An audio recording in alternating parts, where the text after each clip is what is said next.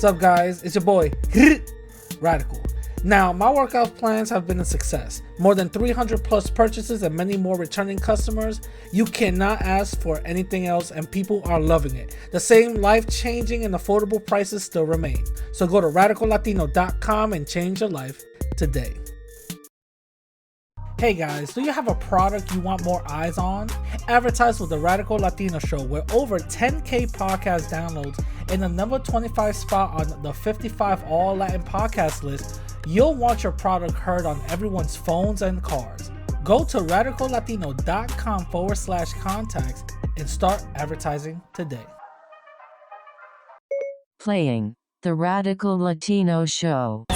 Ladies and gentlemen, put your hands in the air. The New York's very own Radical Latino is taking you to another level. I think there's more radicals than Steve-O. Radical Latino, you're buffing it. The radical point of views, I think his views are actually more dangerous.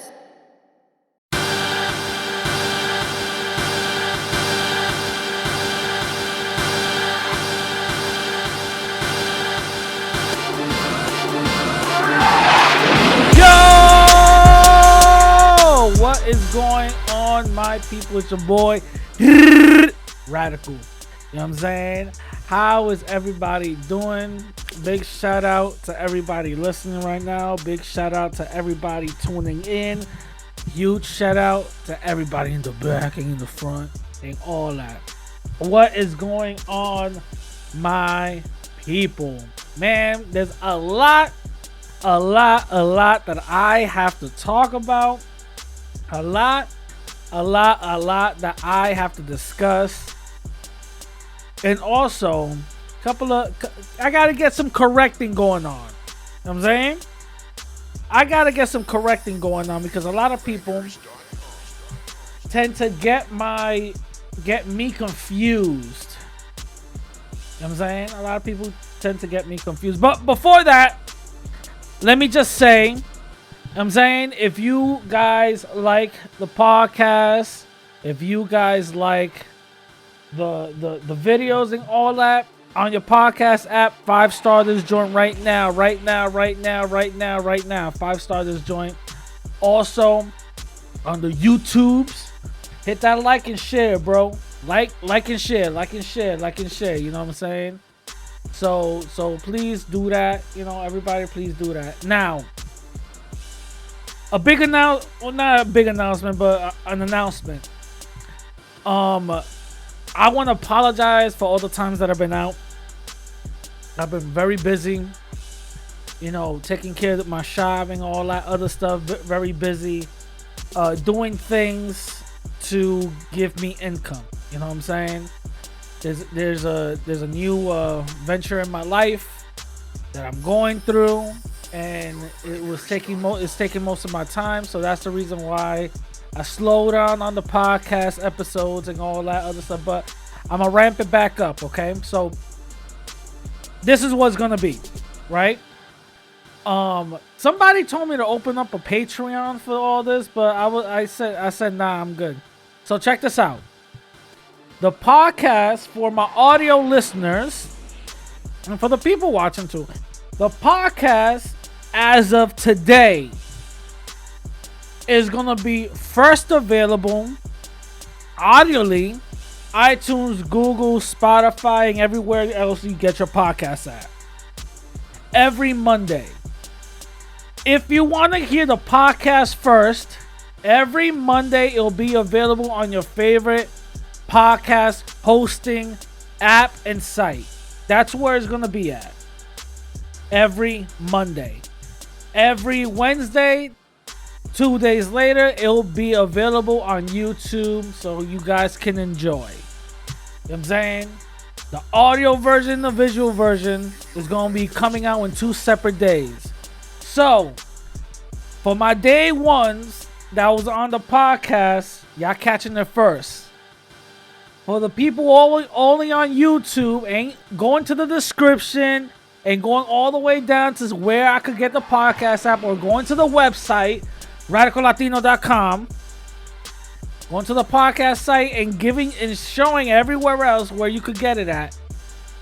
If y'all on YouTube, y'all messing up, all right? So y'all getting it late. Y'all getting it 2 days late. You feel me?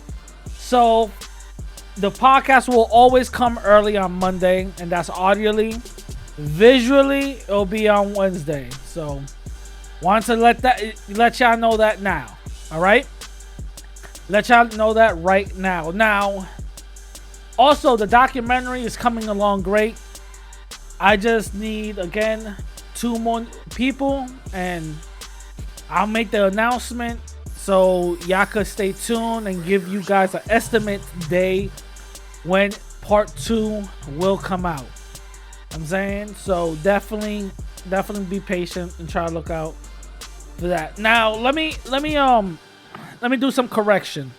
All right, my recent live streams. Okay, I'm doing daily live streams, and I'm gonna continue on doing daily live streams into the foreseeable future. And these recent live streams are basically topics that I always wanted to talk about, and topics that I feel is better for an audience to come in and speak about it instead of just having a video version of it, right? Now, let me just say one thing about my live stream titles, not topics, but titles. I title these live streams a certain way so it could be emotionally captivating for people. All right? I'm gonna say that one more time. I purposely title the live streams a certain way so it could be captivating for certain people. Why I do it? Because I need y'all to click. For example, newspapers do this. For example, nobody's gonna pick up a newspaper that says 10 puppies survived. So that's it. You know what I mean? But they'll pick up a newspaper and go like 10 lives were lost in tragic accident. And then when you pick it up, it was actually 10 puppies that died. You know what I'm saying? You have to do captivating titles. You have to do captivating titles. People go into the live stream already hot and heavy because of the title, thinking that either I agree or disagree with the title or whatever the case is. Listen to what the hell I'm talking about first. You know what I'm saying?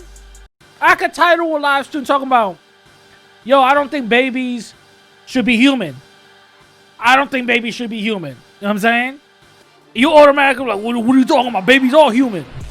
And then you go to the live stream and you hear me saying, yeah, babies are humans. But there's people who don't think babies are human. You know what I'm saying? Wait till you hear what the hell I got to say. Stop getting emotional because of the title. I title it a certain way to get y'all. I title it a certain way to captivate an audience. As a content creator, that's what you got to do. You know what I'm saying? That's what you got to do. In marketing, it's called a captivating title. In marketing, that's what you do. Go to any grocery store or newsstand. I don't think there's even newsstands anymore. Go to any grocery store that has a newsstand aisle. Look at all the magazines. Let's look at all the magazines. They got captivating titles. Huge letters. 10 ways to get a man in 3 days. You know what I mean? This and this and this. Is this, you know what I mean? They're captivating. So that's what I do. So stop getting emotional for the titles. That's part 1 of my, I got some corrections, okay? So relax. Whatever I put up on the title is just to captivate y'all. Don't get emotional, all right? I thought I'm dealing with grown-ups, not elementary schoolers. That's 1, right? 2. They saying that I went through a recent change because I'm not getting acceptance from so-and-so and all of it. Hold on. First of all, let me just backtrack for 1 second. Let me backtrack for 1 second. 1, I was, past tense, was a huge Tariq Nasheed fan. Because he spoke about white supremacy and broke it down in a way that I understood it. You know, he was like maybe like the only one that it was on YouTube and all that other stuff. Other people like Francis Cresswell, Nelly Fuller, I just read their books. You know what I'm saying? After I figured out who Tariq Nasheed is, I was like, yo, I like this cat, right? I will give excuses for the fact that he was going and saying unrealistic things about my people, Latinos. You know what I'm saying? Let me just give you an example. For one example, Latinos identify as white. 100% wrong. That's not true. But I will give excuses for that. And part of being in a cult and part of just going along because you're brainwashed is to give excuses for foul behavior. To find excuses for foul behavior. So I quickly started to see, I was like, wait a minute, I'm moving wrong. If I want to be on code, this individual isn't on code. And this individual hasn't done nothing for the black community. A lot of people remember I made 4 videos going at Tariq Nasheed and I even took him down. I made 4 and I took him down. I said, you know what? I'm not going to be on code with this. Let me just take him down. It is what it is. People still remember that. I still got those videos, but I took them down. People, my people, my day ones, remember watching those videos. I said, yo, let me chill. Let me chill. When he started the whole FBA thing, automatically, I know one, it was a grift because it was a thing from ADOS, right? He just wanted to be the leader of it. And, you know, because of his popularity, it happened that way. Now, when he started that FBA thing out of the branch of ADOS, and automatically, I didn't like ADOS because they were anti-black. I'm going to keep it 1,000. He started the FBA thing and continued the anti-blackness. I still gave excuses. Even though behind the scenes, I was like, yo, I'm not feeling that. But I kept my mouth shut, and there's multiple streams and multiple videos that I have done being completely neutral when it came to the fuckery of FBA. Completely neutral. It wasn't until I spoke to Pan-African Strikes Back and I spoke to a homie in LA that pulled my coat and said, hey yo, and I'm just gonna, outside of our private conversation, this is all I'm gonna say. They told, not they, but the homie from LA told me, listen fam, I understand you're for the Latino community. You have to pick one. You cannot be okay with a hate group, but then say you want black and brown unity because it sounds crazy. It doesn't make any sense. And I said this before. Hey, yo, I talked to a Mexican homie from LA. 2-hour conversation. Made me start to rethink and reanalyze a lot of things. You guys have seen that I kept the same energy when it came to white supremacists and anti-blackness. Not only coming from my community, Latinos, not only coming from my community, but also white folks. I've been putting out debates of me going at white folks, me going at Latinos and all that other stuff with anti-blackness. This is verified. This is verified. So when I go at FBA, I'm not going at black Americans. I'm going at a hate group. We have to keep it 100. FBA is not a lineage, it's a hate group. And any anti-black hate group that pops into my vicinity, I'ma have that same energy.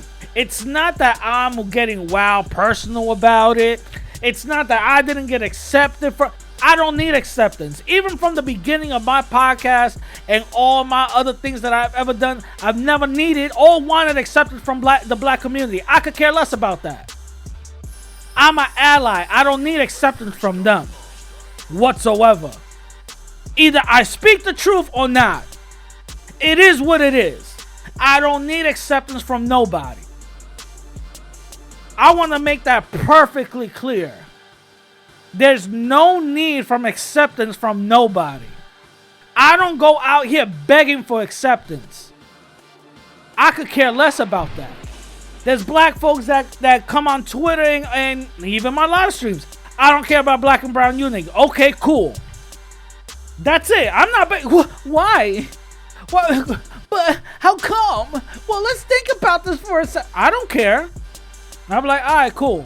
I think it's dumb, but all right, cool. It is what it is.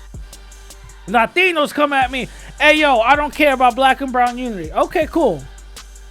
I think it's dumb, but okay, cool. It is what it is. Because I know at the end of the day, nobody wins an isolated war. No one. No one wins an isolated war. Groups have allies. Politicians have allies.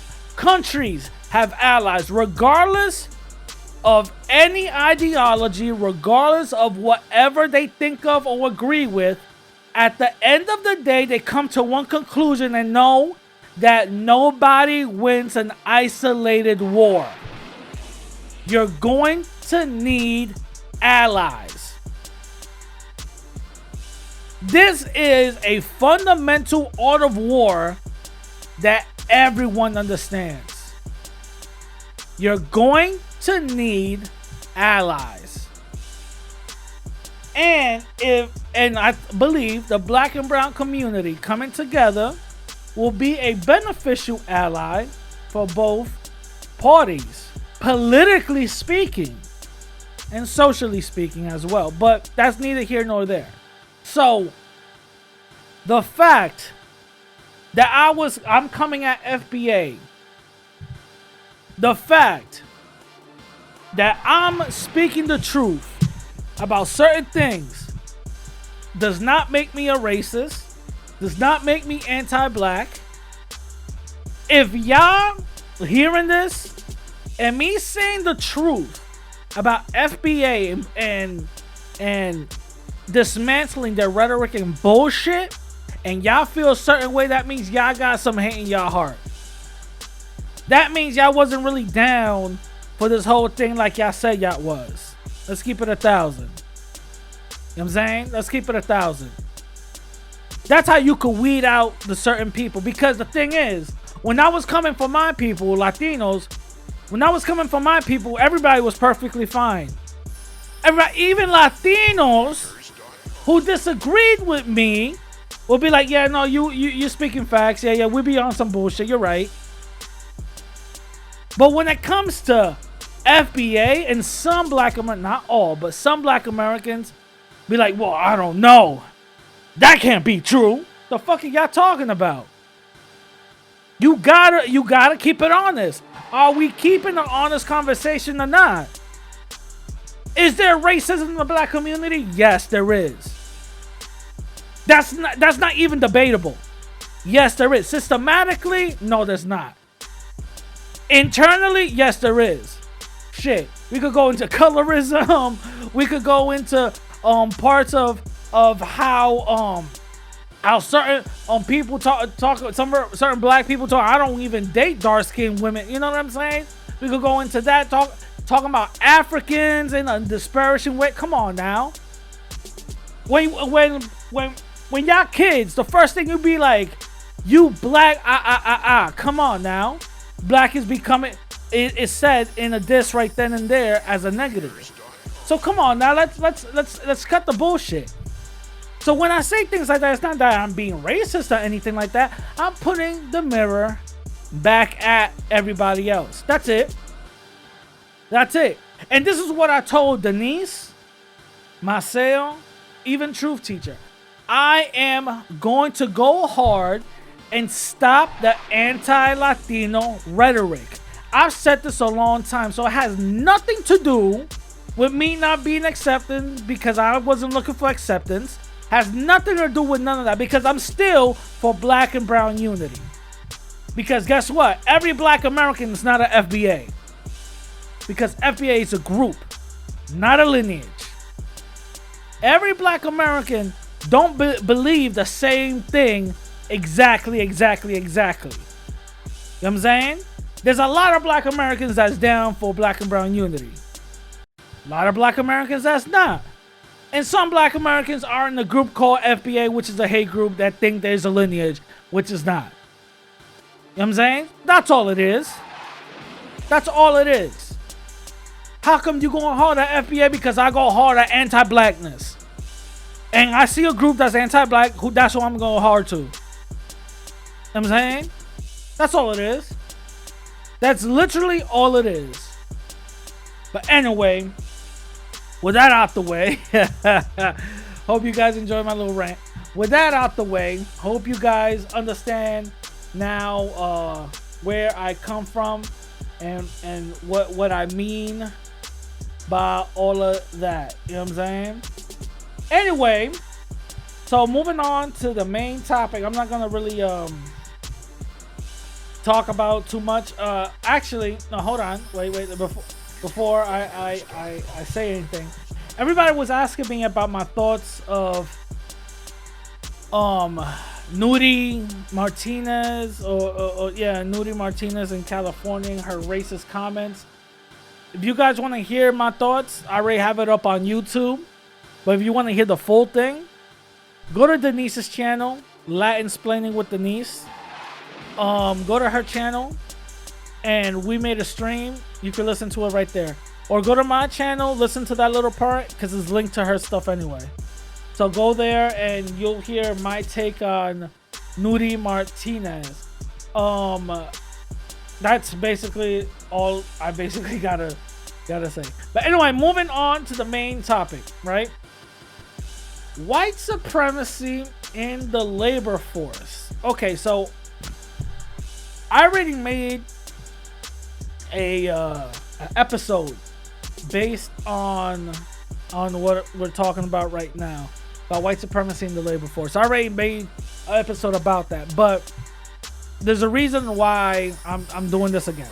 One is because, you know, we gotta it's good to recap certain things now and again, you know what I'm saying? But also is because something happened to one of my good brothers. Shout out to the Andrew Show, good brother, you know what I mean? Jamaican, I think, and he's part Cuban, so shout out to him. He was supposed to be here, but this podcast episode was supposed to be out a week ago, so it doesn't even matter. He's probably busy anyway, and whatever. But anyway, he put out a video where the title was "They Fired Me from My Job," right? And this isn't any secret because he said it on the video, but Andrew, from my understanding, again, this is not any secret. This is what he said. I hope I'm not snitching on him or whatever, but my understanding on the way he operates and what he does is that he's a bus driver. He picks up individuals from their location and drops them off somewhere else. It's pretty much a contractual type of thing. He picks people up to go basically to like the boats or whatever for the cruises and stuff like that, right? So that's what he does. Now, this is the thing. He decided, because he's been on that business for such a long time, he decided to buy his own bus. And also, he was asking me and getting advice from me on how to get business credit. So I told him, this is how you get business credit. I opened up a business account and this and this and this. So me and him spoke about it and everything else, right? And the way he decided to do is, so the bank sees that there's money moving in that account, in his business account, that there's money moving into it, he decided to take a check, a blank check, and let his job deposit his earned income into that account. And this is where it gets funny style.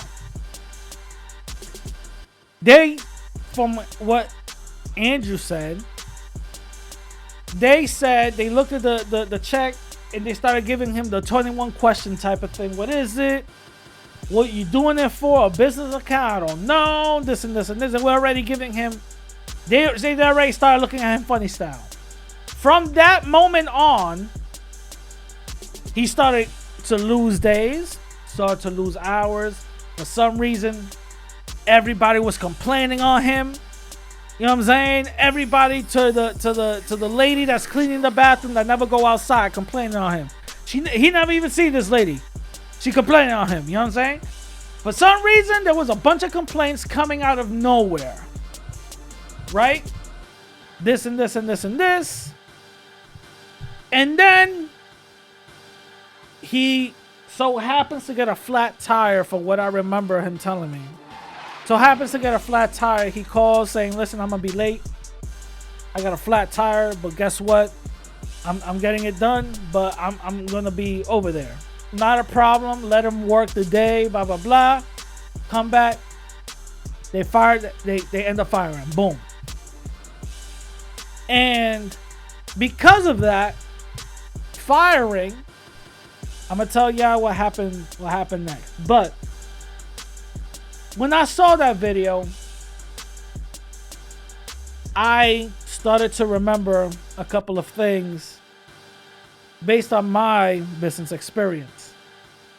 I started to see a couple of things based on a non-white individual living under the system of white supremacy. I started to see and say, wait a minute. Hold up now.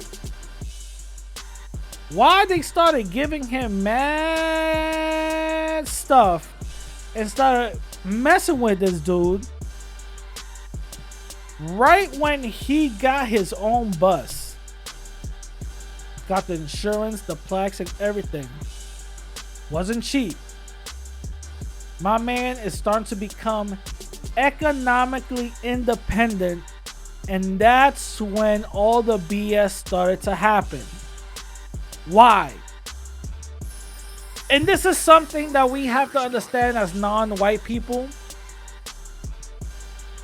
that when we start to do something, blacks or Latinos, when we start to do something for our own, we start overworking people. This is something that we have to be honest about. White folks, and yes, I'm gonna say white folks, not white supremacy, white folks. White folks hate that. We have to be honest. Have you guys ever seen a black entrepreneur, a black small business owner? They hustle. They hustle. They work more hours and harder at their own job, at their own business, than anybody else's job. All right, Tyrone was always coming in late to Burger King. Whatever. You know, I've been in this job for 2 years. I get my little bullshit check. It is what it is. But after them 3 years of working at Burger King, coming in late, he opens up a barbershop. And he's in that bitch an hour before it opens.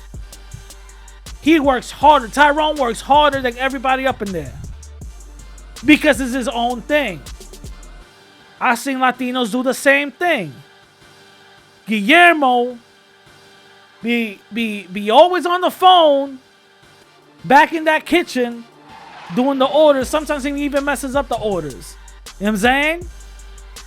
Jorge's always on the phone fighting with his baby moms. But what they don't know, he's about to put a down payment down at his own kitchen. And he's gonna not even be on the phone when he's over there. Black and Latino people work way harder than white folks when it comes to our own thing. Because we know for a fact what it feels like and what it looks like not to have shit. Right? That's when we start hustling. And I've seen it. I've seen my black American friends get down, bro. Get down and start hustling hard at their small business. I've seen the same thing with Latinos. Start hustling hard at their small business. I've seen it. And when it comes to competing, usually, white folks cannot compete when it comes to hustle. The only thing that they got us in is with connections. I've seen a white person sit back, not do anything for a couple of months. His black buddy was trying to make ends meet with his small restaurant. The white dude opens up a restaurant across from him automatically with a $300,000 check. Why? Because he knew somebody. The joint's already immaculate and is already getting a reputation for being the best. You know what I'm saying? I've seen that stuff happen too. But the reason why this happened to Andrew is because white supremacy does not want us to compete at the same level. Once we start competing as non-white people at the same level, that means in the brain of a white supremacist, that means right now this is my equal.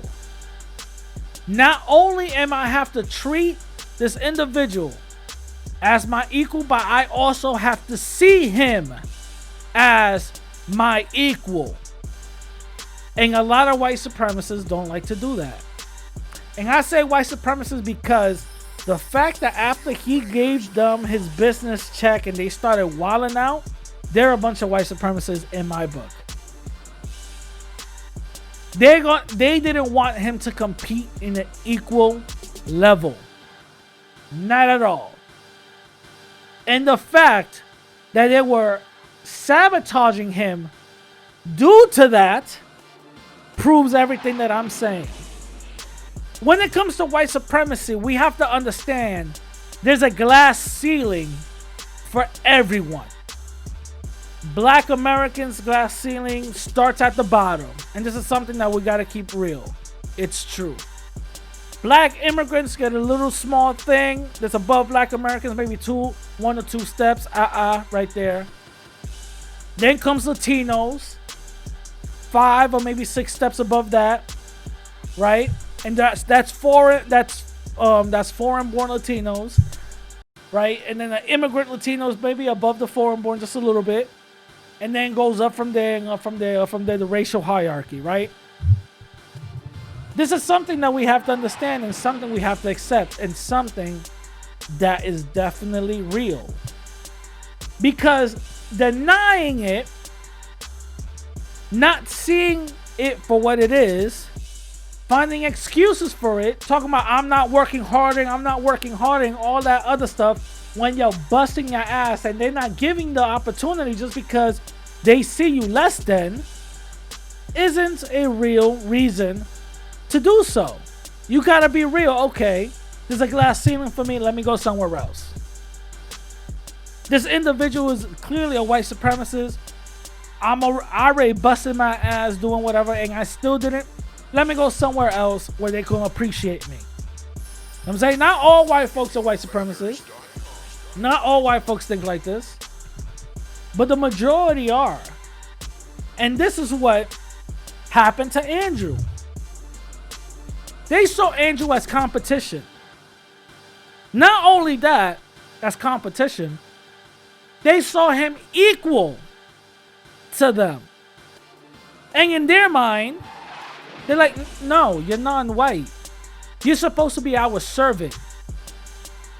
You're supposed to cook and clean and drive me around and stuff like. You're not even supposed to be in the same room as me, having the same conversations that we have.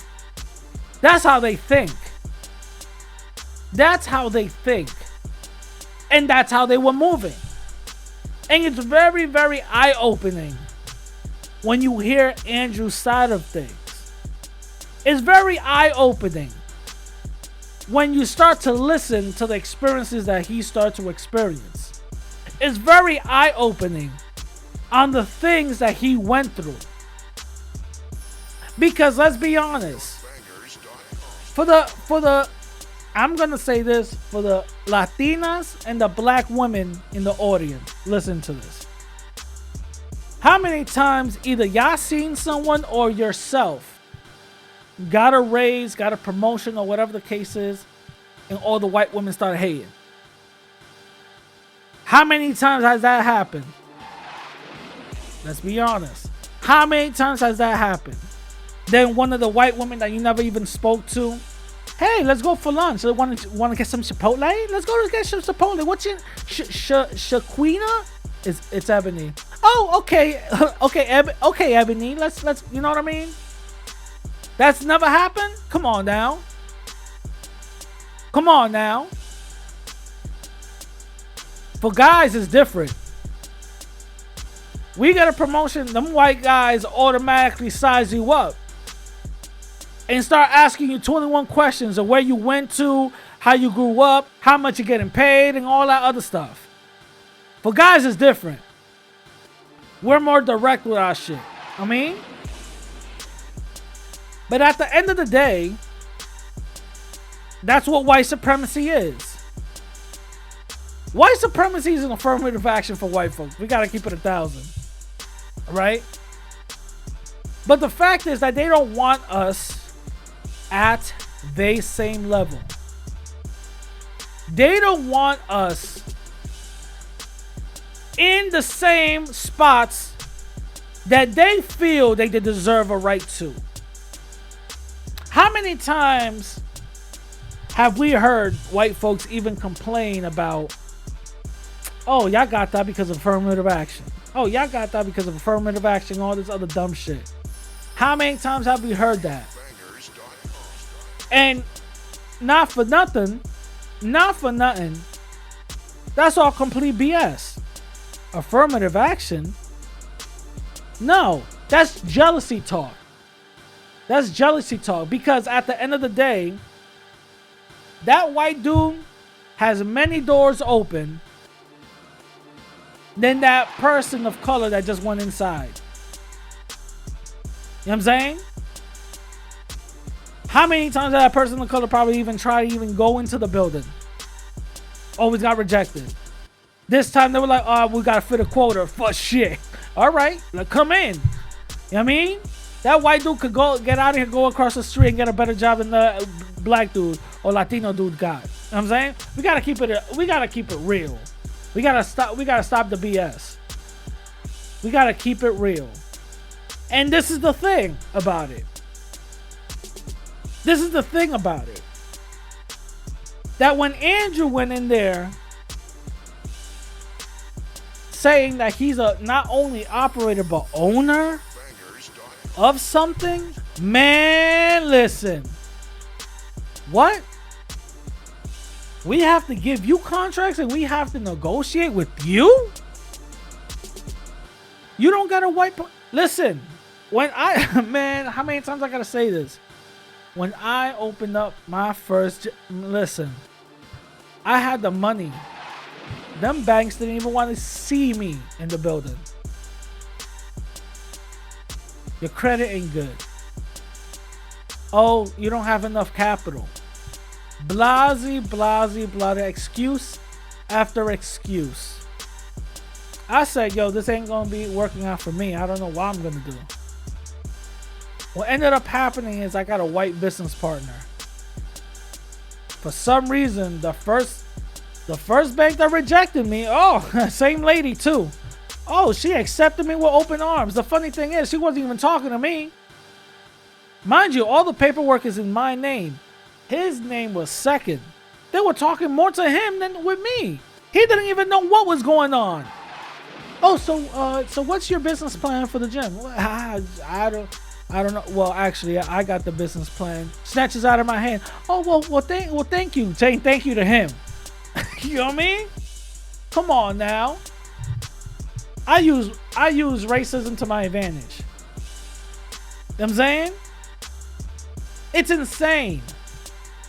It's insane. Because in their eyes, I'm not going to be no owner. I'm still under a white person. In their eyes. Now, I got a small shop, right? Got a small shop at a mall. Everything cool. Joint gets shut down. This actually happened like a month ago. Jones gets shut down because somebody reported that I'm selling food there and I didn't get a grade. The state didn't investigate. They didn't get me a grade. Get shut down. End up finding out who did it too. Not gonna put the person's name out, but my thing is, they saw me as competition. They see me as competition. And they don't want to see me in the same level as them. That's white supremacy right there. That's white supremacy at play. By seeing another individual that's non-white, and you automatically think that they're not supposed to be in that position, that's white supremacy right there. But anyway, enough is enough. Tell me what you guys think. Do you guys agree? You guys disagree? You know what I'm saying? Tell me what you guys think. With that being said, remember, podcast episodes audioly is gonna be every Monday. Visually, it'll be on YouTube on Wednesdays, like around 6 o'clock or whatever. Anyway, with that being said, I'm gonna catch y'all later. Peace.